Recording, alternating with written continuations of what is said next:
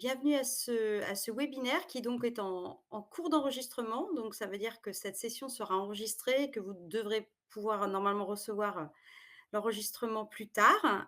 Donc merci d'être, à cet événement organisé conjointement avec Dizal, notre partenaire, au Brésil, le partenaire d'Hachette-Fleur.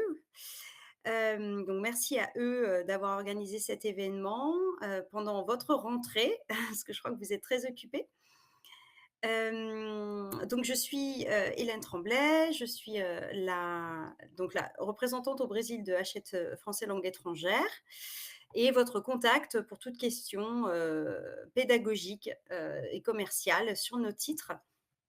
Alors n'hésitez pas pendant ce webinaire à envoyer des messages par le chat. Je vais vous solliciter, parce que vous n'avez pas de voix, vous n'avez pas d'image, vous n'existez malheureusement que par le chat. À envoyer des messages, donc voilà, par le chat auquel, vous avez accès, normalement de votre côté. Alors peut-être d'autres personnes vont se joindre à nous. Comment vous allez? Vous pouvez me répondre dans le chat? Est-ce que ça va bien?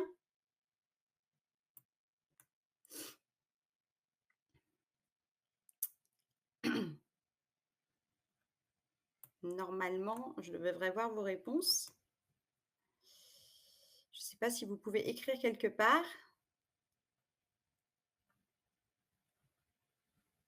Je ne sais pas. Est-ce que vous pouvez écrire quelque part? Avant de commencer.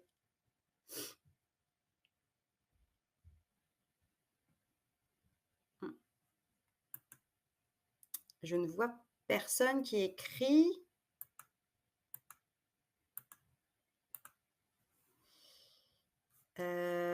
Je ne sais pas, est-ce que vous pouvez écrire? Est-ce que vous pouvez communiquer avec moi quelque part?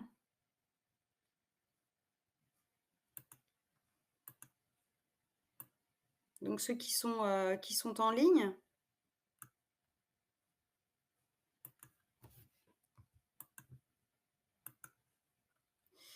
Non? Alors attendez,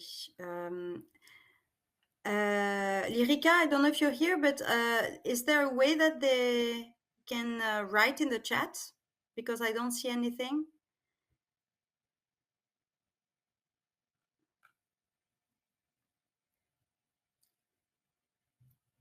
Je ne sais pas si quelque part quelqu'un peut me répondre?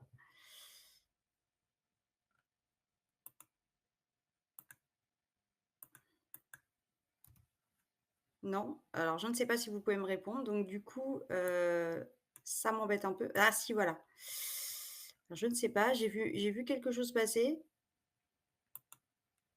Tu sais, c'est que je ne vois rien sur mon côté, en fait, c'est vraiment étrange. J'avais l'impression que je pouvais, ah, vous pouvez accéder au chat, ouais. Ah super! Pardon, excusez-moi, en fait, je ne voyais pas bien, ma fenêtre était un peu encombrée. Merci, ça va très bien. Moi, je suis mais pardon, excusez-moi pour ce petit, décalage légèrement, retardé. Alors je vais vous poser quelques petites questions, avant de commencer. J'ai préparé des petites enquêtes. Je voudrais savoir déjà, je vais vous mettre celui-ci, vous devriez le voir. C'est dans quelle ville vous habitez? Est-ce que vous pouvez me répondre, dans, ce sondage? Au Brésil, bien sûr. Où est-ce que vous habitez? Où est-ce que vous enseignez?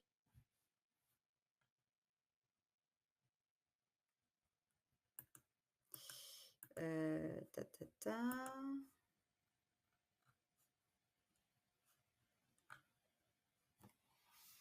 Alors je vous laisse écrire parce que c'est moi qui mets qui décide de la fin du vote. Je ne sais pas du tout si vous avez, il y a 6 personnes qui m'ont répondu. Prenez le temps pour avoir une petite idée, après je vais vous poser une deuxième question aussi pour mieux vous connaître.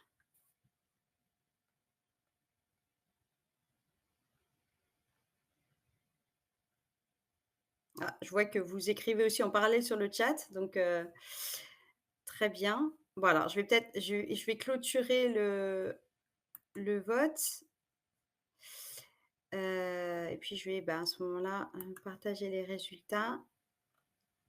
Alors, normalement, je devrais les voir quelque part ces résultats, mais hem, ah zut, pardon, excusez-moi. Voilà, voilà. Ta ta ta, donc logiquement, je devrais retourner sur mes enquêtes. Voilà. Alors, vous me dites, j'aurais pu vous demander dans le chat, hein, c'est aussi simple finalement. Sao Paulo, Belo Horizonte, Recife. Ah, je suis déjà allée à Recife, mais c'était il y a longtemps, en 2019. Alors attendez que je remonte. Ah oui, oui, oui, le Cénac. Bah, le Cénac, j'y suis allée justement en 2019, je me souviens. À l'époque, il y avait Cédric Frein qui travaillait pour, Hachette Fleu au Brésil. Je ne sais pas si vous l'avez connu, Sébastien? La terre du pain au fromage, Belo Horizonte, je ne connais pas non plus. Je suis venue l'année dernière, à Brasilia, enfin au Brésil, et je reviens donc dans un mois. C'est pour ça que je vous demandais aussi où vous étiez, parce que, justement, je viens à Sao Paulo et à Rio, et c'est vrai que bon, bah, si jamais vous aviez envie de me rencontrer ou si on pouvait mettre en place un rendez-vous avec, votre centre et cetera, n'hésitez pas à me contacter. Je remettrai mon mail à la fin du webinaire. Donc merci beaucoup d'avoir participé, et puis aussi, je voulais vous demander à quel public vous enseignez? Je vais rester dans le chat. Non, vous l'avez pas connu, bah, c'est pas grave. À quel public vous enseignez? Ou enfants, ados, adultes? En cours, en classe, j'imagine, ouais, aux ados? Ouais, bah, c'est sûr que la thématique de la dynamisation des cours avec les jeunes, hein, c'est, hyper important. Surtout maintenant à la rentrée, parce que souvent il faut justement installer des choses, dès la rentrée, surtout avec des nouveaux élèves, hein, pour les faire se sentir bien, les faire se sentir motivés, avec des choses toutes simples, en fait. D'accord, mais les adultes, je vais aussi en parler, il y a pas de souci. Donc, merci beaucoup, de me répondre. Je pense qu'on va beaucoup parti on va vraiment, correspondre par le chat. Voilà, donc en gros, la thématique, donc, c'est vraiment la dynamisation, mais avec des exemples concrets pour tous les publics. Et donc, voilà, je vais passer, mes slides. Première question que je vous pose, c'est de choisir, en fait, là, des chiffres qui correspondent à des phrases et qui correspondent à votre expérience de classe. Alors, en général, qu'est-ce qui revient le plus souvent? Je vous demande d'en choisir 2, d'accord? Dans ces réalités de classe, à quoi vous êtes confrontés avec vos élèves? Et mettez les chiffres, comme ça, ce sera plus simple.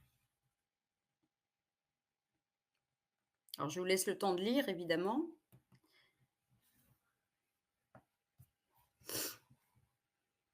Alors, avec les adultes, la motivation, c'est différent parce que évidemment, ils sont souvent motivés parce qu'ils ont un vrai projet. C'est eux qui choisissent de faire cours, de prendre des cours. Mais les plus jeunes,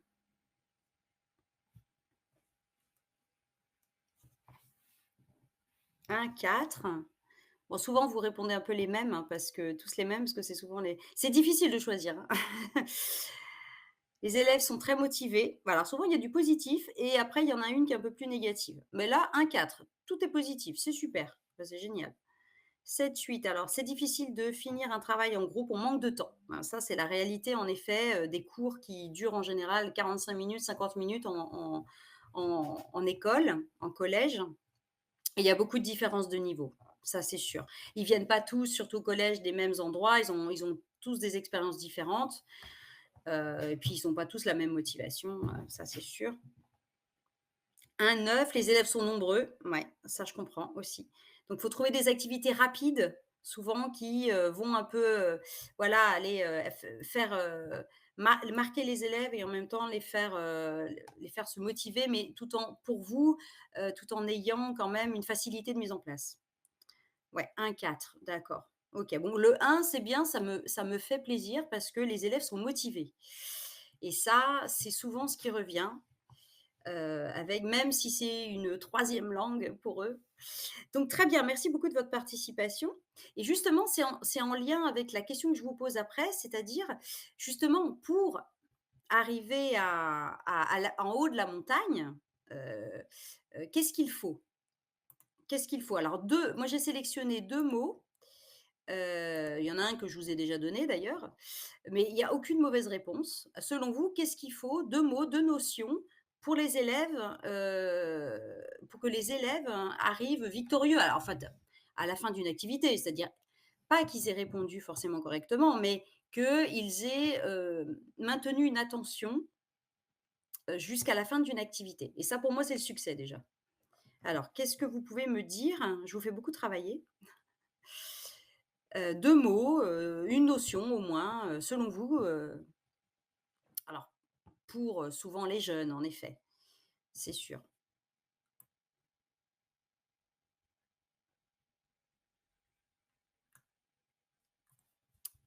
N'hésitez pas à écrire dans le chat. Je vais vous laisser tranquille, hein, aussi après, hein, vous inquiétez pas, hein. Alors ça dépend du niveau, j'ai généralement quelques connecteurs logiques. Alors ça, c'est les compétences linguistiques, voilà. Mais ce que je demande, c'est plutôt, 2 notions en fait, 2 mots en fait, hein, ou 1 seul. Qu'est-ce qu'il leur faut aux élèves? Alors j'en ai déjà donné une, un sujet intéressant, oui, mais le sujet intéressant, c'est ce qui va leur donner justement tout à l'heure j'en ai parlé, j'ai dit un, c'est la motivation. Déjà, la motivation, ça paraît logique, mais il faut être motivé. Voilà, super Carlos, c'est ça, être motivé, ça paraît, logique. J'ai mis une deuxième notion parce que pour être motivé, il faut aussi qu'à la base, ils soient justement prêts à participer et pour être prêts à participer, il faut quand même qu'ils aient il faut qu'ils aient autre chose. Qu'on leur donne une certaine, une base et cette base, c'est la confiance. Voilà et c'est vrai que, souvent si on n'a pas de confiance, ben, on va pas se lancer et même si on est motivé. Voilà, donc confiance et motivation, c'était les 2 mots que j'avais sélectionnés, mais il y en a d'autres, hein. Il y en a, il y a évidemment, d'autres choses qui sont très, très reliées. Il faut qu'ils soient plus autonomes, oui, bien sûr, qu'ils étudient plus, mais c'est vrai que pour tout ça, la base, ça reste quand même la motivation et pour nous aussi dans notre vie de tous les jours, hein. Pour, aller, à l'autre bout de la ville, se taper 1 heure de transport en commun, il faut qu'il y ait au bout quelque chose de motivant. C'est normal. Donc justement, ça revient à ce que je vous montre ici, qui est un schéma qui reprend tout à fait cette, logique, qui est le processus de la motivation pour apprendre dans la démarche actionnelle. Alors vous voyez tous ce que c'est la démarche actionnelle. D'ailleurs, c'était une autre question que j'avais. Est-ce que vous utilisez des méthodes FLE? Peu importe la maison d'édition, hein. Est-ce que vous utilisez des méthodes dans votre travail? Oui? D'accord. C'est important de savoir aussi si vous avez des ouais, oui, oui, oui, bon, d'accord, très bien. En général, surtout avec les jeunes, hein, vous avez quand même une base, peu importe laquelle, vous en avez une. Et justement, la démarche actionnelle, normalement, vous devez connaître, parce que c'est au cœur de toutes les méthodes. C'est-à-dire que, bah, c'est tout ce qui a été développé récemment, hein, et en particulier tout ce qui va être découlé du cadre européen de commun de référence, c'est-à-dire, toute une démarche pour l'apprentissage des langues, dont va évidemment découler, toute la formation des leçons et cetera, la conceptualisation, la compréhension et cetera. Ce qui donne de la motivation théoriquement. Mais ce qui donne aussi un apprentissage spiralaire qui permet de reprendre les éléments, de les réviser, et cetera. Mais à la base, c'est vrai qu'il y a ce processus, dans les leçons, et c'est important de se souvenir de ça aussi quand on crée un cours, quand on prépare son cours. Peut-être au-delà simplement de suivre une leçon, il ne faut pas oublier que justement, il y a quand même, surtout avec les jeunes, des principes qui peuvent les aider à se motiver et à rester motivés surtout. Parce que la motivation, c'est bien, mais si elle dure 10 minutes, c'est pas suffisant. Il faut qu'elle dure. Là, on parle de court terme, moyen terme, mais long terme, c'est super. pour le français, pour rester, motivés dans le reste de leur apprentissage et peut-être, continuer à parler le français pour leurs études et cetera. Mais à la base, il y a quand même ce processus qui est en 4 parties. Donc vous voyez, ça c'est un schéma qui se trouve dans un guide pédagogique, hein, d'une de nos méthodes pour adolescents qui s'appelle Adomania, hein, que vous connaissez peut-être. Et en fait, il y a le rond du professeur et puis il y a l'effet, hein, les actions de l'enseignant et l'effet que ça a sur les élèves. Alors ça peut paraître basique, mais à la limite, c'est toujours assez intéressant à reprendre parce que finalement, tout part du fait qu'on va annoncer une tâche à accomplir. Mais que l'annonce, elle doit être motivante et que du coup, elle aura comme effet de donner envie de participer à l'action. Ça, c'est la motivation à très court terme. Après, on va évidemment présenter les savoir-faire qui vont être utiles.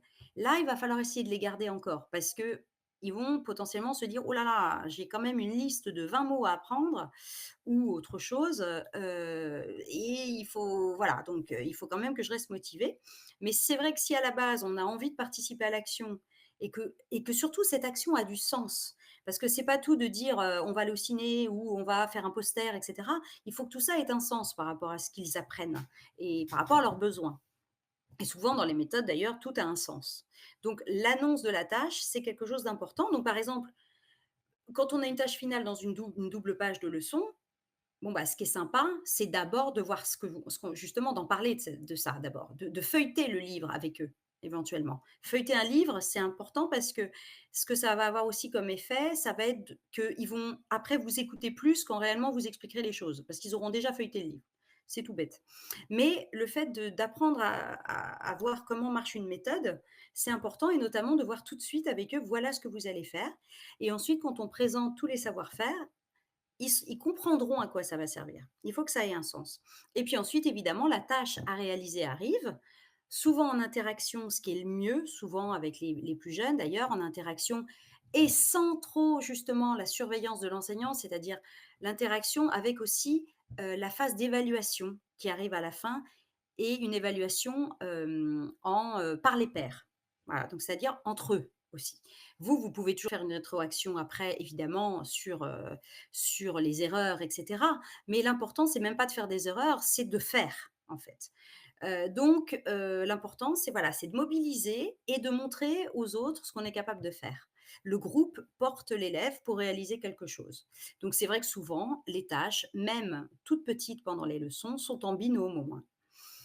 Et voilà et après évidemment, vient le fait que, bah, on est content d'avoir réalisé quelque chose. On compare entre binômes, entre groupes de 3 ou 4, et le regard des autres est instructif et motivant et ça permet de former un groupe également. Alors je ne sais pas comment sont vos élèves, si ils ont l'air d'être contents en classe. Donc moi je parle là-dessus, hein, c'est déjà super bien. Mais c'est vrai que, ce processus est important à rappeler. Voilà et justement, il entre, vraiment logiquement dans les pistes que je vous donne aujourd'hui, alors pour tous les élèves, hein, vraiment pour tous les âges. Parce qu'évidemment, je vais montrer déjà des extraits de méthodes, et des idées, de tous les âges, mais c'est vrai qu'on peut adapter tout à tous les publics et en plus, j'ai remarqué, parce que moi j'étais prof aussi pendant plusieurs années, que les adultes, ils adorent les petites activités très ludiques et très scolaires, quelquefois aussi. Autant en profiter avec eux. Et c'est vrai que ce qui est important dans les activités, c'est pas de faire dans une méga originalité, en fait. C'est d'avoir un terreau d'activités comme ça, simple, facile à mettre en place et dont on change finalement très peu. On peut les surprendre de temps en temps, évidemment, avec une mise en place, et cetera. Mais l'important, c'est qu'ils aient ce côté rituel. Parce qu'un rituel, ça va les rassurer. Et justement, les 3 phases que je montre ici, c'est un petit peu justement le déroulement d'un cours, qui soit de 45 minutes ou d'1 heure et demie. D'avoir ces 3 phases, c'est assez important, et notamment quand on a 45 minutes de face à face, on a 40 minutes réellement. Ils arrivent, ils font une activité, hein, ou deux trois petites, hein, selon la leçon et puis ensuite ils disent au revoir et voilà et là-dedans, vous devez réussir à leur impacter au moins un savoir-faire linguistique donc ça c'est important, de d'avoir cette réussite-là, même si elle est très, très courte et très simple. Alors là, évidemment, on parle quand même d'élèves, avec des niveaux de A1 à B1, hein, donc c'est vrai que je pense que c'est majoritairement ce que vous avez comme niveau. Donc ce qui est important, c'est de ritualiser. Donc par exemple, de peut-être que vous le faites déjà, hein, je vous dis pas comment faire votre travail, hein, je vous rappelle des petites choses, mais par exemple d'accueillir les élèves. Alors accueillir les élèves avec une activité de réinvestissement, pourquoi pas une révision aussi de l'année passée quand on commence une année. Ça, c'est toujours très bien et regardez tout ce que vous avez fait l'année dernière, c'est quand même formidable. Vous pouvez sélectionner des petites choses que vous avez, notées, que tel élève, avait fait et cetera, pour leur faire réviser, mais aussi leur faire se rendre compte qu'ils ont réussi des choses et qu'ils savent des choses. Et puis aussi, pourquoi pas, une activité de mise en route. Donc voilà, je vais vous montrer quelques petites activités, qui peuvent être utiles. Et puis ensuite, une mise en situation, évidemment, une réactivation, avec un enchaînement d'activités. Alors, je vois le chat. Oui, oui, je peux vous envoyer, si vous voulez, le PDF. Il y a pas de souci, je l'enverrai, à Dizal, on verra comment on peut faire. Et donc voilà, donc l'enchaînement des activités ou de l'activité, parce qu'il y en a pas toujours, plusieurs, c'est en gros, ben, si vous avez une méthode, c'est tout simplement peut-être une page, tout simplement, d'une leçon, avec un document, avec donc toujours cette présentation de la tâche qui est important, l'annonce, même si c'est pas la tâche finale, hein, tout simplement, voilà, qu'est-ce qu'on va réussir à faire à la fin? Vous allez réussir à dire votre nom et à ce que l'autre, voilà, vous posez la question et l'autre vous répond. Voilà, ça c'est une petite victoire déjà. C'est souvent d'ailleurs pour ça que si vous remarquez dans les méthodes, FLE, heu, souvent d'ailleurs pour les enfants, les ados, mais les enfants, nous en tout cas chez Hachette, ce qu'on fait, c'est que une leçon égale une question. C'est-à-dire qu'à la fin et très rapidement, ce qu'ils sont capables de faire, c'est écrit en bas. C'est la réponse à la question qui a dont la leçon est le titre, en fait. «Comment tu t'appelles?» «Je m'appelle nanana». Voilà. C'est juste cette petite victoire-là. Donc ça peut être très simple. Mais on présente, on expérimente collectivement, seul, ou ça dépend du temps que vous avez, mais c'est toujours bien de les laisser travailler seuls aussi à un moment. Et puis une mise en commun qui permet de justement corriger, évaluer, faire la synthèse, réviser ce qu'on a vu, l'imprimer, le mettre à l'écrit, etc. Et puis ensuite, une prise de congé qui permet soit en effet de réinvestir ce qu'on a vu ou ce qu'on a vu encore avant, hein, ça dépend, un truc qu'ils ont vu parce que sinon, évidemment, quelque chose qu'ils ont vu, sinon ils seront frustrés. Ou alors une activité au revoir, pour dire au revoir, de façon, voilà, ritualisée, sympathique, ludique et cetera. Et là, ce qui est important justement, c'est aussi pourquoi pas travailler sur la mise en place de ces petites, activités. Parce que je pense que vous enseignez en présentiel, maintenant. Et du coup, l'importance du présentiel, justement, c'est justement qu'ils sont là et que vous pouvez les mettre en place, ces activités, et les faire bouger. Ça, c'est important, en effet, de revenir à un schéma classique. Donc, je vais vous montrer quelques exemples. Alors, la mise en route, je l'ai choisie un peu théâtrale parce que, il y a des activités qui sont complètement hors méthode. Mais je vais vous montrer une vidéo, d'accord? C'est la vidéo qui est ici, en fait. C'est une activité qui permet, alors justement, vous voyez, il y a son exploitation est sur le côté, droit, pour s'échauffer. Alors c'est peut-être en petit, je ne sais pas comment vous voyez, mais, c'est une activité tirée, de Sésame, qui est une méthode 10-12 ans, de chez Hachette, et qui donc ça, c'est dans le guide pédagogique. Il y a tout plein de suggestions pour l'échauffement, pour dire au revoir, pour dire bonjour, enfin et cetera et cetera. Et ça, c'est, vous voyez, c'est des adultes, hein, et c'est une activité pour les 10-12 ans, donc pour n'importe quel âge, en fait. C'est 3 comédiens professionnels francophones qui travaillent au Canada, donc ils ont un accent québécois, et ils animent des exercices, pratiques d'expérimentation pour préparer son corps, pour préparer au jeu, mais pour des amateurs aussi. Donc je vais juste vous montrer, un tout petit peu parce que en fait, elle est exploitée dans Sésame, ils suggèrent de telle minute à telle minute parce que c'est une vidéo assez longue, et pourquoi pas, ça pourrait être une mise en route avec vos élèves, vous les mettez en cercle, vous leur faites, faire ce genre d'activité. Alors normalement, vous allez voir, mettez-moi dans le chat si vous voyez bien, si vous avez la main, si vous entendez bien. Alors là, les amis, on va travailler un petit peu les échauffements, OK? Et les réglages et notre voix a besoin d'être échauffée pour qu'on puisse jouer. Hein, vous remarquez, des fois, il faut parler, vous n'avez pas parlé pendant longtemps, puis c'est bon, là, je peux bien parler. Hein? C'est exactement ça. Il faut qu'on passe par une série d'échauffements pour qu'on soit libre et prêt à partir. Et justement, si on joue un rôle qui est vieux comme ça, et il parle comme ça, tu le sais, il faut être capable de soutenir ça pendant 2 heures pour faire la performance. Alors, c'est ça. C'est de ne pas se faire mal en tant que comédien, c'est d'être capable de faire les choses. Puis aussi, qu'on ait un corps libre qui puisse s'adapter au personnage et non un corps qui est pris et qui a de la misère à s'exprimer. Oui. Hein? Vous vous souvenez que dans l'exercice de l'archétype, on avait parlé un petit peu du neutre. Hein? Alors, c'est pas pour vous pointer, mais déjà, on a dans la vie des attitudes. Hein? Et Alors, je vais c'est ça agrandir qu'en un tant que petit comédien, peu. on essaye de se libérer. 3, 4, 5, 6, 7, 8. Voilà. 1, 2, 3, 4, 5, 5, 6, 7, 8, 9, 10. Bien fort. 1, 2, 3. Très simple, physiquement. Répétez Cette après moi. activité, On elle va est faire vraiment avec. bien. C'est juste la réalité de la vie. OK? Alors là, on va faire des échauffements, une série d'échauffements physiques, vocaux et avec la respiration. OK? On va commencer avec quelque chose de très simple physiquement. Répétez après moi. On va faire avec tous les 4 membres. OK? On va faire 1, 2, 3, 4, 5, 6, 7, 8, 9, 10. 1, 2, 3, 4, 5, 6, 7, 8, 9, 10. Bien fort. 1, 2, 3, 4, 5, 6, 7, 8, 9, 10. 1, 2, 3, 4, 5, 6, 7, 8, 9, 10. 1, 2, 3, 4, 5, 6, 7, 8, 9. 1, 2, 3, 4, 5, 6, 7, 8, 9. 1, 2, 3, 4, 5, 6, 7, 8, 9. 1, 2, 3, 4, 5, 6, 7, 8, 9. 1, 2, 3, 4, 5, 6, 7, 8. 1, 2, 3, 4, 5, 6, 7, 8. 1, 2, 3, 4, 5, 6, 7, 8. 1, 2, 3, 4, 5, 6, 7, 8. 1, 2, 3, 4, 5, 6, 7. 1, 2, 3, 4, 5, 6, 7. 1, 2, 3, 4, 5, 6, 7.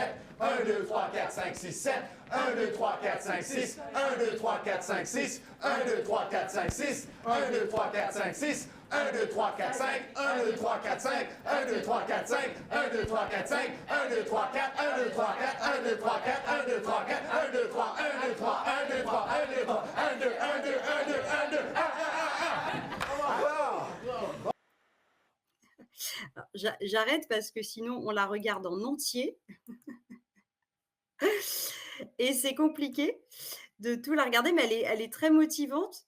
Et cet exercice, je le trouve bien avec les chiffres, parce que vous pouvez l'adapter aussi finalement avec vos élèves, en allant peut-être moins loin, et cetera.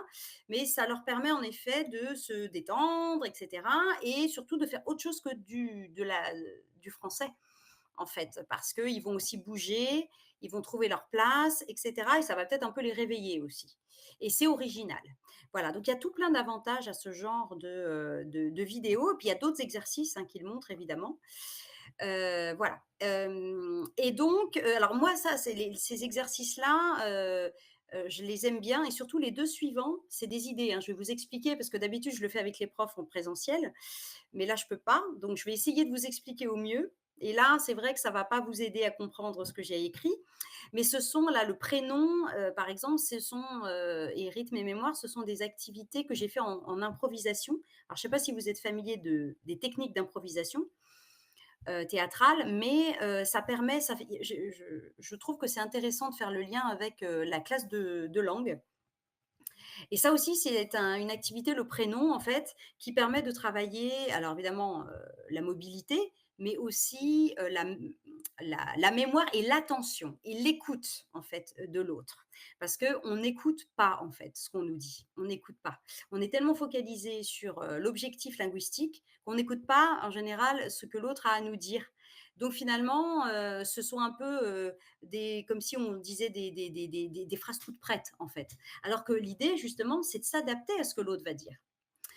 Et le prénom, en fait, c'est tout bête. Ça, c'est parce que la première chose qu'on va dire, c'est son prénom. C'est faire circuler les élèves en classe, parce que ce qui est bien, c'est qu'il faut qu'ils, si vous avez de la place, évidemment, si c'est optimal, hein, vous les faites un petit peu bouger, hein, marcher, etc. Et c'est d'aller voir.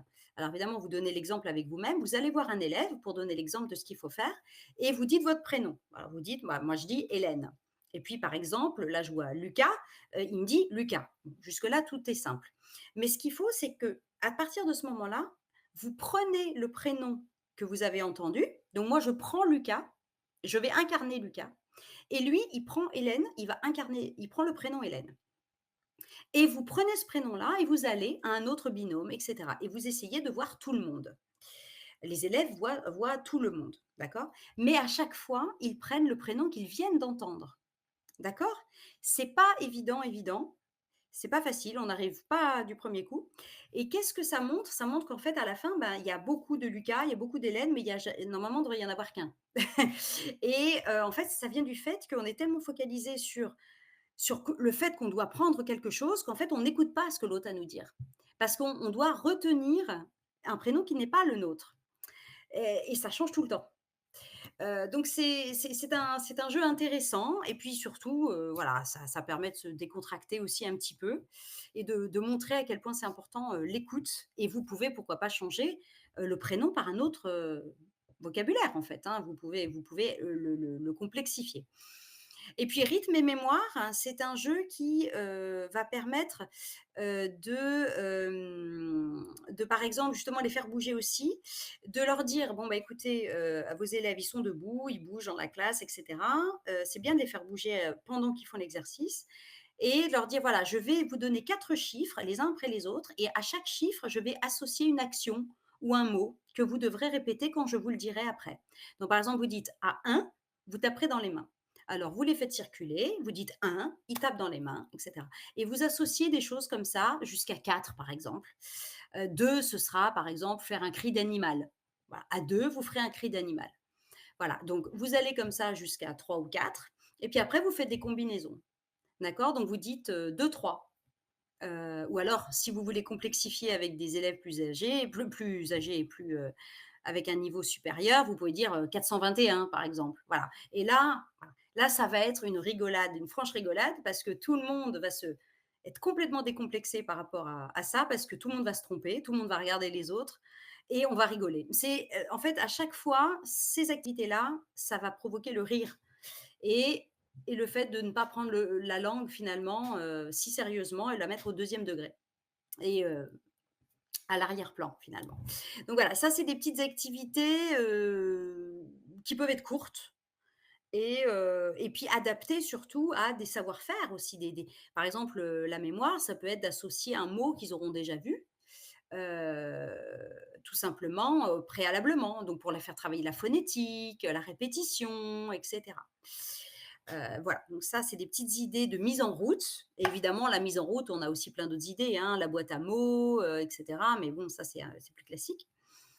Donc j'avance. Alors après, je passe aussi aux jeux de réactivation qui peuvent avoir lieu pendant la classe aussi. Ici, c'est un extrait de Oura, hein, qui est notre nouvelle méthode pour les enfants. Alors vous connaissez peut-être les loustics, écrits notamment par Hugues Denisot, beaucoup de gens ont utilisé les loustics au Brésil. Et Oura, c'est sa nouvelle méthode qui sort cette année. Le niveau 2 vient de sortir. Donc c'est une méthode A1 hein, principalement et il y a beaucoup de jeux de réactivation avec les enfants et j'aimerais savoir, vous montrer je vous montre par exemple ce dessin. Je voudrais que vous me disiez à quoi ressemble le dessin bleu? Le bleu là, la forme que ça fait, ça ressemble à quoi? Sur la main?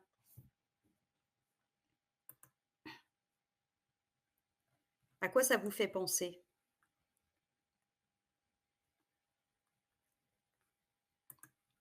Ouais, ouais, ouais, un escargot, bien sûr. Bon, évidemment, c'est marqué aussi à côté, mais je voulais vous focaliser sur la main. C'est écrit petit, je ne sais pas si vous voyez bien. Alors en fait, oui, c'est ça. Puis naturellement, ça ressemble à un escargot. Alors ce qui est intéressant, c'est ça, c'est le comptage sur les phalanges. C'est une autre façon de compter, jusqu'à 12. Alors pourquoi 12? Parce qu'en fait, ce que vous pouvez voir, c'est que justement, on ne va pas compter, de manière linéaire et cetera. On va compter en passant sur les doigts et en montrant sur les doigts. Et on commence par le pouce. Donc, ce qui est intéressant justement, c'est, pourquoi pas de rajouter une petite vignette pour, avoir le point de départ. Petite vignette rouge par exemple pour dire que c'est le départ et donc ensuite évidemment de faire 0, 1, 2, 3, 4, 5, 6, 7, 8, 9, 10, 11, 12. Voilà et donc l'idée, c'est de le faire en effet de plus en plus vite, comme c'est suggéré dans le guide pédagogique D'abord, on commence lentement, comme un escargot justement, parce qu'un escargot, ça va lentement et ensuite de plus en plus vite et puis ici, évidemment, on peut réaliser, pourquoi pas, un concours à celui qui compte le plus vite. Voilà, donc ça, c'est juste une manière un petit peu différente, de compter, en alliant aussi le côté, mobilité, et cetera.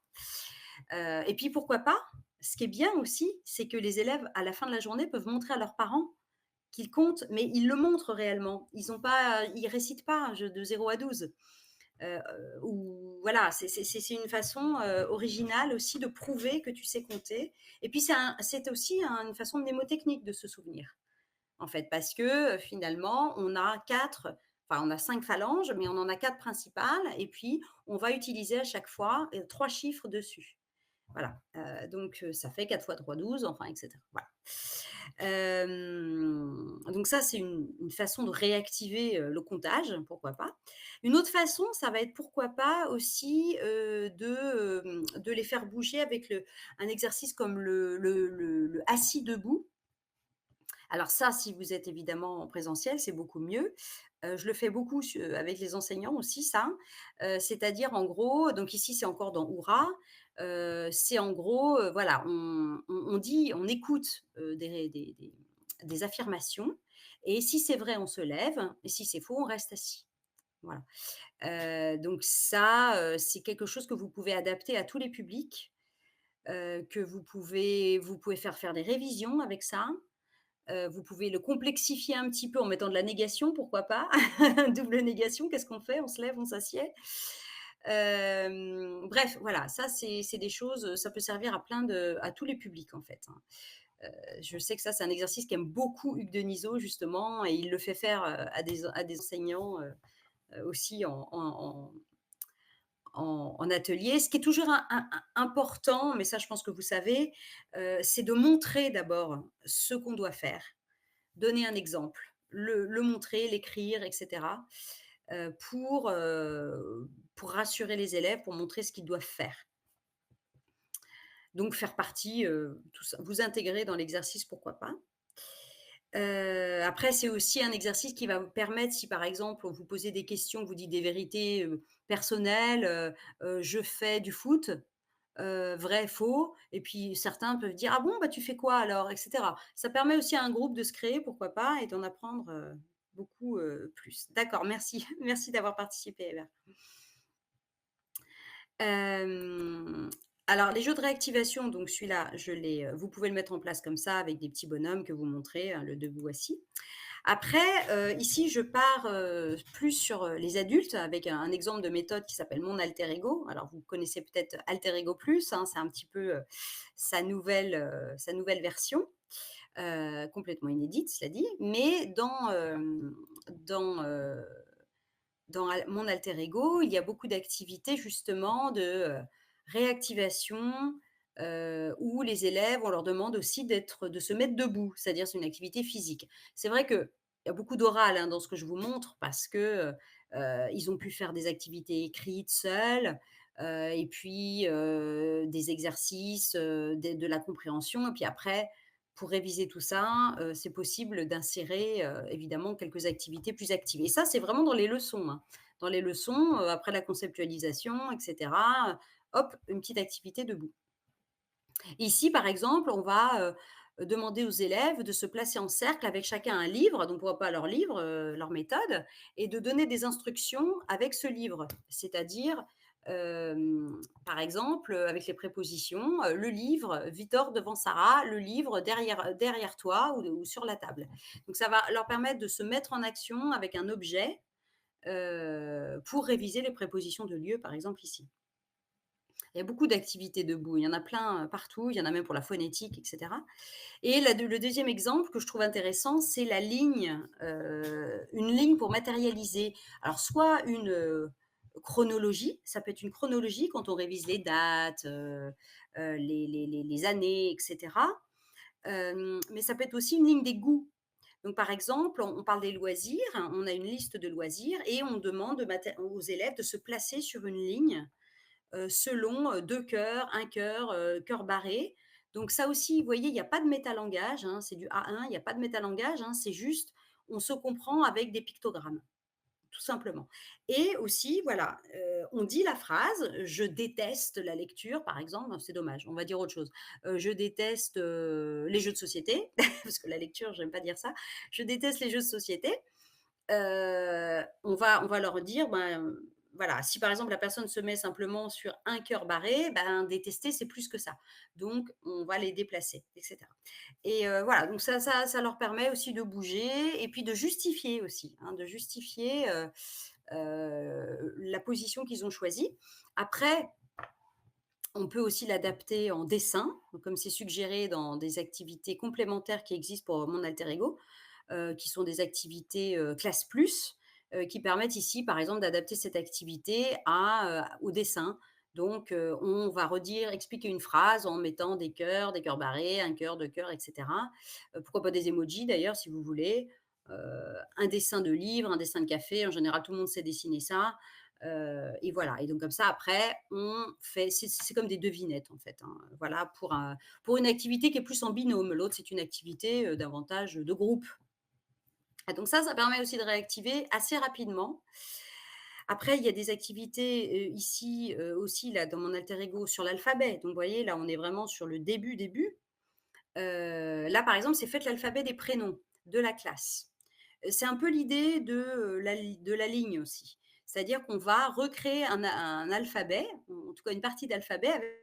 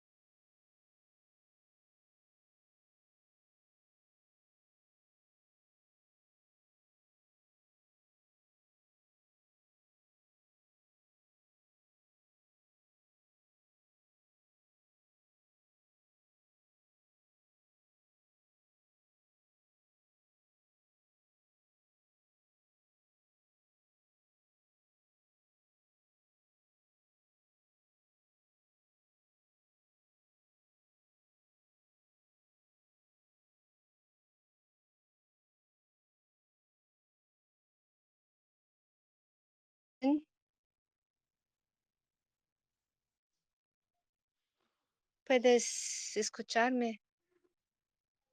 Can you hear me? Porque nosotros no estamos escuchándote.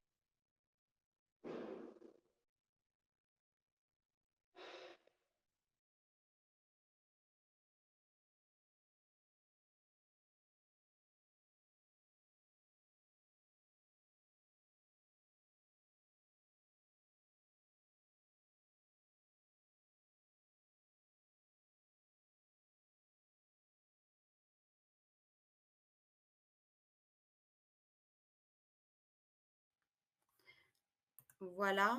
Alors normalement, vous me voyez, vous m'entendez? Ouais, c'est bon, c'est reparti? Est-ce que c'est bon? Bah, ça arrive ça, hein, ça c'est des choses, qui peuvent arriver. C'est bon? Est-ce que vous pouvez me redire que vous m'entendez?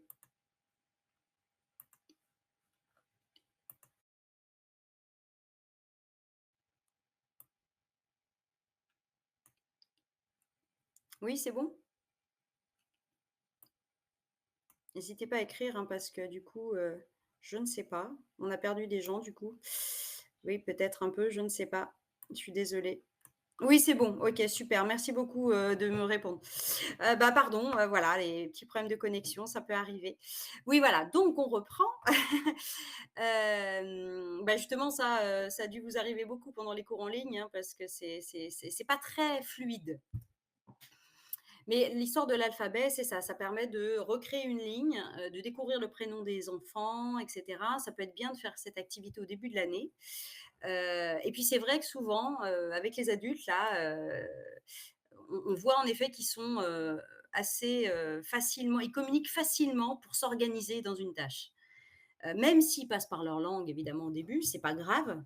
Il ça crée quand même une dynamique. La moindre action qu'on leur demande, la moindre action avec un objectif, clair, comme celui-ci. Je trouve que c'est, une activité sympa. Après, les activités, ce qui est important, c'est, évidemment, qu'elles soient ludiques, rapides à mettre en place, que vous en ayez beaucoup à disposition et surtout avec des consignes claires.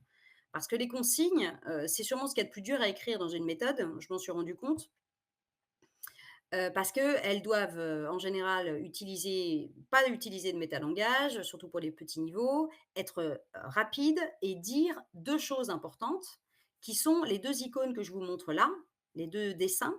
À votre avis, pour être engagé et rester dans une tâche, et rester engagé, un élève, qu'est-ce qu'il doit connaître? Ça, ce sont les symboles pour vous expliquer. Vous pouvez mettre ça dans le chat. Hem, Selon vous, qu'est-ce qui est important, ces 2 éléments, dans une consigne? Qu'est-ce qu'il doit y avoir? La Voilà, alors et quoi évidemment, j'ai compris, en effet, c'est ça. La durée, donc la durée, combien de temps je dispose pour faire une activité? Ou du moins que vous puissiez donner cet élément-là par la suite et qu'est-ce que je dois faire? Et c'est vrai que c'est pas facile à expliquer. Et là, par exemple, je vais vous donner 2 exemples, d'activités, mais il y en a beaucoup, beaucoup dans cette méthode qui s'appelle Explore pour les adolescents, du A1 au B1, voilà, mais là, c'est du A1, du A11 même. Et donc il y a beaucoup d'activités ludiques, rapides à faire en binôme, pour la grammaire, pour la le lexique. Et ici, vous avez 2 exemples. Vous en avez un, par exemple, c'est tout simplement: «Dis une lettre et un nombre à ton camarade, il ou elle fait une phrase». Alors la consigne là, on ne peut pas faire plus simple. Il y a pas de métalangage, il y a rien vraiment il y a juste les instructions toutes simples et en effet, on va combiner des lettres et des chiffres et l'autre doit faire une phrase. Alors en effet, vous pouvez rajouter le côté, chronomètre parce que ça marche bien, le chronomètre et dans le deuxième, vous voyez que le jeu des conjugaisons, vous pouvez leur donner, par exemple, 1 minute, 2 minutes, après il y a le guide pédagogique pour vous aider avec ça, pour d'abord écrire un maximum de phrases, seul. D'accord? Et ensuite, en groupe, mettre en commun, seul ou à 2, mettre en commun et compter un point par phrase correcte. Voilà, donc là, c'est une question de challenge aussi entre groupes, et ça, c'est bien parce qu'il y aura aussi une coévaluation et cetera. Donc en fait, ça mélange énormément d'intérêts, mais surtout aussi de les faire jouer et surtout pour vous, de vous faire gagner un temps précieux. Parce que il y a beaucoup de variété dans ces jeux et souvent avec un chronomètre quand même. Je ne sais pas si vous avez l'habitude d'utiliser ça, mais même avec des classes assez nombreuses, hein, en fait, hein, on peut mettre en place ces activités. Cette méthode a été vraiment faite pour le collège, donc elle s'adapte très, très bien aux classes assez nombreuses. Mais de toute façon, une consigne, ce qui est important, c'est que ce soit évidemment, clair et précis sur la durée et sur ce que l'élève doit faire. Par exemple, alors voilà, il y a aussi le côté, ce qui est important, c'est, de donner aux élèves des outils pour leur apprendre à apprendre. C'est-à-dire parler davantage là de stratégie d'apprentissage, heu, au fil, de leur, apprentissage, c'est-à-dire, le plus tôt possible, c'est le mieux, hein, les collégiens, dès, 11-12 ans. Si on leur, apprend à apprendre, leur enseigne, qui ils sont en tant qu'enseignants, en tant qu'élèves, en tant que personne finalement, comment leur donner des outils pour mieux appréhender certaines choses, c'est-à-dire ici, par exemple, s'entraider pour comprendre des mots nouveaux, mieux comprendre un document oral, comment demander, de l'aide, pour, je sais pas, pour se diriger et cetera. Enfin, en gros, il y a plein de stratégies qui sont mises en place dans ces pages qui sont tirées de Explore aussi et celle-ci, je la trouve très intéressante parce que, elle va en fait questionner les élèves sur, bah, tout simplement les stratégies que nous avons nous tous les jours pour expliquer des mots. On a toujours les mêmes stratégies en fait. Si on veut pas prononcer un mot ou si on veut, on le retrouve plus ou qu'on ne le connaît pas, on va essayer de trouver une manière détournée pour l'expliquer ou pour demander comment ça se dit. Et on va avoir, par exemple, justement, un premier exercice d'appariement où on va leur mettre sans métalangage les expressions qui vont être utiles dans les questions et les expressions utiles dans les réponses.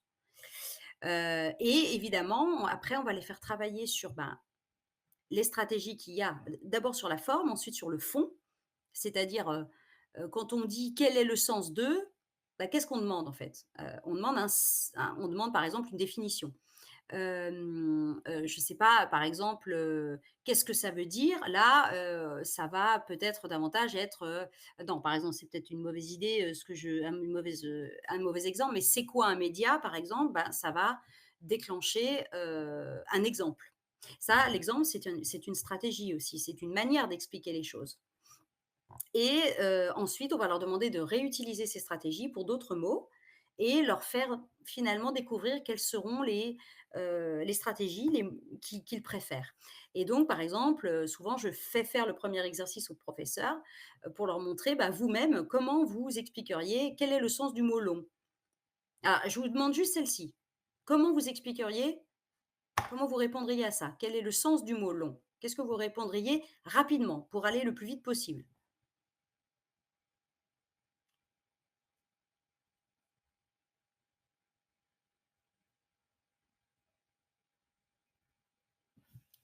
Alors, quel est le sens du mot long? Comment vous l'expliqueriez?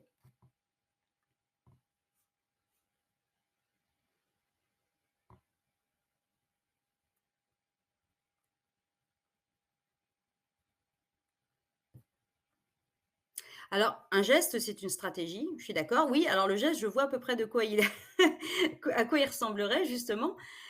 Mais si avec des mots, par exemple, vu que long, c'est un adjectif qualificatif clair, c'est pas c'est objectif, on est d'accord? Souvent, voilà, voilà. Alors là, par exemple, il y a quelqu'un qui me dit: «C'est le contraire de», voilà, avec son contraire, en effet. C'est le contraire de court et par exemple, bah, justement, quand vous avez dit le geste, je pense que long, vous avez fait ça, c'est long et vous l'opposez à court, en fait, automatiquement. Voilà, donc ça, en fait, les stratégies, c'est simplement ce que le cerveau va mettre en place pour aller le plus rapidement possible d'un point A à un point B. Voilà, donc c'est ça qu'on va aussi leur enseigner, les familiariser avec et ce qui est bien, c'est qu'il y a pas de mauvaise réponse, c'est chacun est différent, chacun va trouver à quoi il correspond. Un exemple, oui aussi un court métrage, mais attention, ça dépend du vocabulaire qu'ils sont capables de donner aussi à ce niveau-là. Parce qu'il ne faut pas non plus, leur donner des exemples avec des mots qu'ils ne comprennent pas. Voilà, c'est le risque.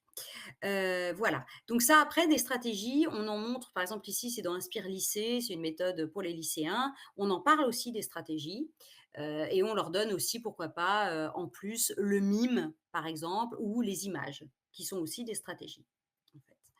Voilà et ça c'est, les stratégies aussi peuvent être, intéressantes à mettre en avant. Par exemple ici dans mon alter ego 2, hein, donc le niveau A2, dans le vocabulaire et dans, l'apprentissage du lexique.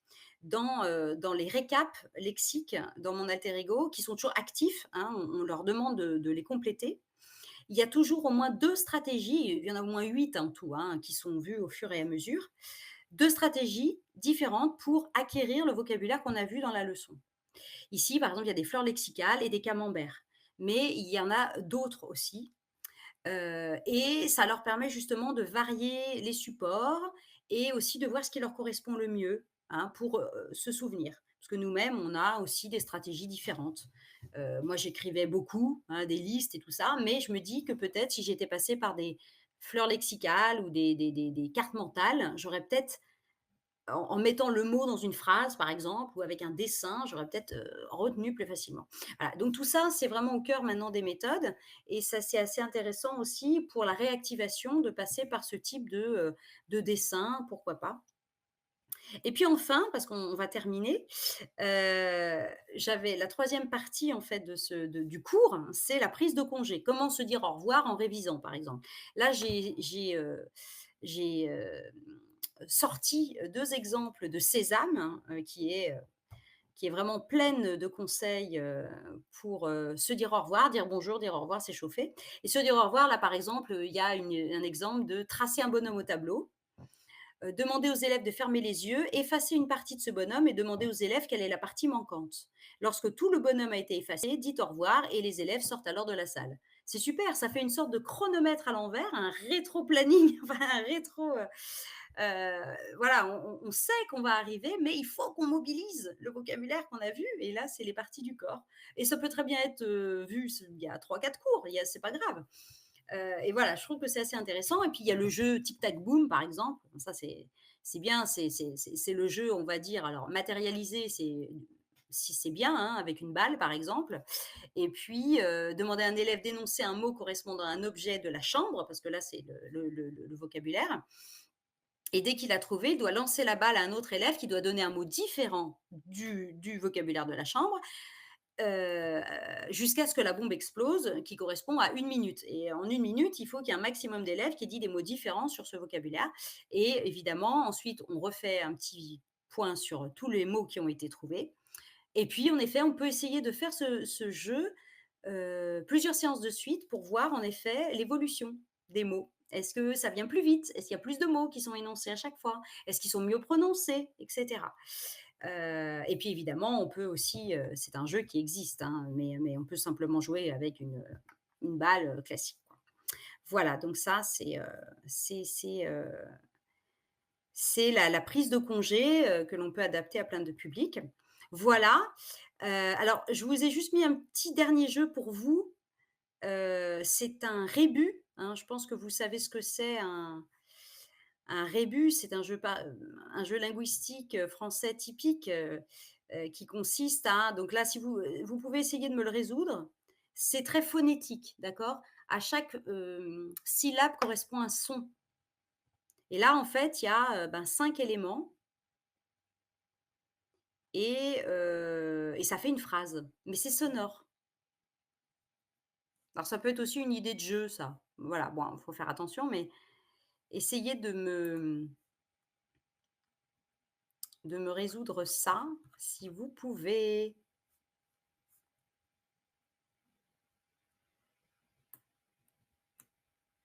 Ah, merci beaucoup. Oui, oui, bah, allez-y évidemment, hein. De toute façon, je vais, vous recontacter, pour, oui, oui et après c'est fini. Il y a 2 un dernier mot. Bien joué, bien joué Anna. C'est fini,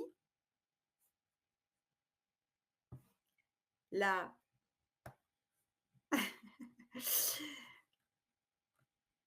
ce qu'on dit en général, quand on se sépare, voilà, c'est fini.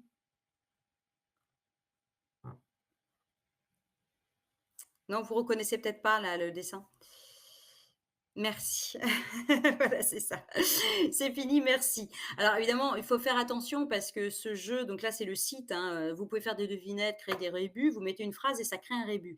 Mais, attention parce que vos élèves, s'ils ont un plus petit niveau, ils connaîtront peut-être pas tous les mots qui constituent, en fait, hein, ils connaîtront «c'est fini, merci», mais ils connaîtront pas le «ni», la «si», la «mer», donc il faut faire attention, voilà. Mais c'est quand même assez drôle et à un certain niveau, vous pouvez, pourquoi pas, jouer avec vos élèves. Alors en effet, je vais juste finir en vous remontrant un petit peu les couvertures des ouvrages dont j'ai parlé. Donc Oura, qui est une méthode pour les enfants, tout le niveau 1 complet, le niveau 2, vient de sortir. Sésame, qui est aussi une méthode écrite par Hugues Denisot pour les 10-12 ans, très ludique. Explore, qui est une méthode pour les ados, jusqu'au B1. Inspire, lycée, qui est une méthode pour donc les 15-17 ans jusqu'au B1 et puis mon alter ego, ben, vous connaissez, sûrement Alter Ego Plus, donc c'est, en effet la nouvelle version et voilà et c'est déjà disponible pour les 2 premiers niveaux et là, ici, vous avez mon mail. Merci beaucoup, hein, merci de votre participation. Je suis désolée de la coupure, ça devait venir de mon côté. Et il y a mon mail ici et de toute façon, alors ça c'est un QR code, vous aurez pas le temps aujourd'hui peut-être, hein, c'est juste une fiche contact pour que je vous recontacte, mais je pense que Dizal va me donner, les vos mails, heu si vous le permettez, pour que je vous envoie un courrier pour éventuellement vous offrir une licence, démo, de 2 mois, de la méthode de votre choix. Voilà et puis aussi pour vous rappeler que si je passe à Rio et Sao Paulo et que du coup, si jamais vous voulez me rencontrer et qu'on trouve un moment, ça pourrait être sympa, voilà, de répondre à vos besoins ou et cetera. Donc, je vais vous envoyer ça rapidement. Je viens dans un petit mois, dans 3 semaines. Oui, Brasilia, je peux pas venir à Brasilia malheureusement, j'y étais au mois de octobre dernier pour le congrès, pour les Cédifrales, mais cette année je peux pas passer partout parce que je fais beaucoup de pays et voilà. Mais en tout cas, de toute façon, je reviendrai, l'année prochaine et puis on peut correspondre par mail, il y a aucun souci. Donc merci beaucoup de votre présence, oui et voilà et puis bonne rentrée, bonne journée aussi évidemment, à continuer et merci beaucoup Daniela. Oui, mais j'aimerais bien aller partout, vous pensez bien. Merci beaucoup et à très vite par mail donc. Au revoir. I don't know, Lyrica, if you want to say something or stop the event.